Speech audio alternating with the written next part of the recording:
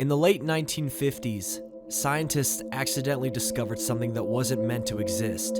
It was dubbed the frequency. The frequency works on a basis that prolonged exposure increases the signs of the symptoms of paranoid anxiety. For example, somebody who was exposed for 10 minutes would have less indications than a person exposed for 1 hour. This frequency was kept a secret. Should it be revealed, quite a bit of hysteria could be stirred up. Naturally, the scientists responsible for the frequency felt it necessary to test its effects on humans. The first test, which lasted about 20 minutes, showed no immediate effects, with the exception of some acute anxiety.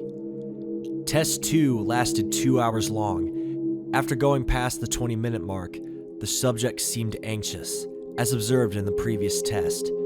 For this test, the scientists took extra measures and strapped the subject to a chair.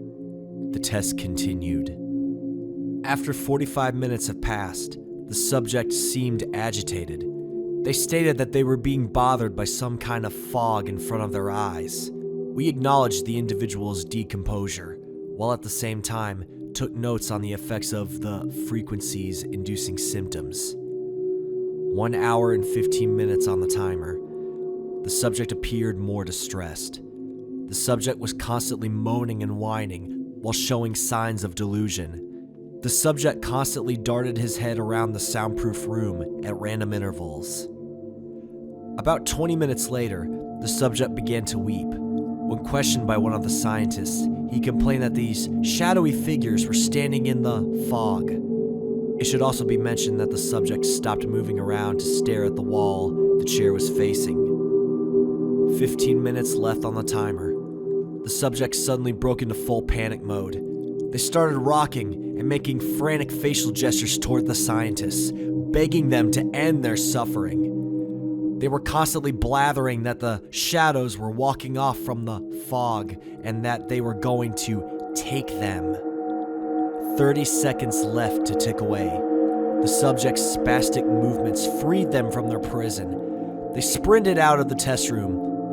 Before the scientists could stop them, the subject snatched a scalpel from a surgical table and grabbed the scientist nearest to him. The subject proceeded to drag the blade across the scientist's throat, ending their life. The subject then dug the scalpel into his own eyes and removed them from their sockets in an attempt to rid himself of the images. Naturally, the tests were scrapped and the research was buried deep in the archives.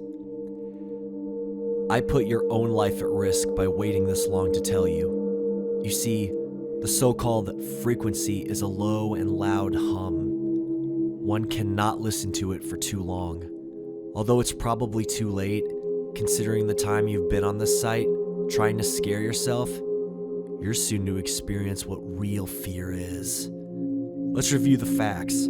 It is generated in a place which would cause mass panic if discovered. It makes you feel fear and anxiety, and makes a low, loud hum.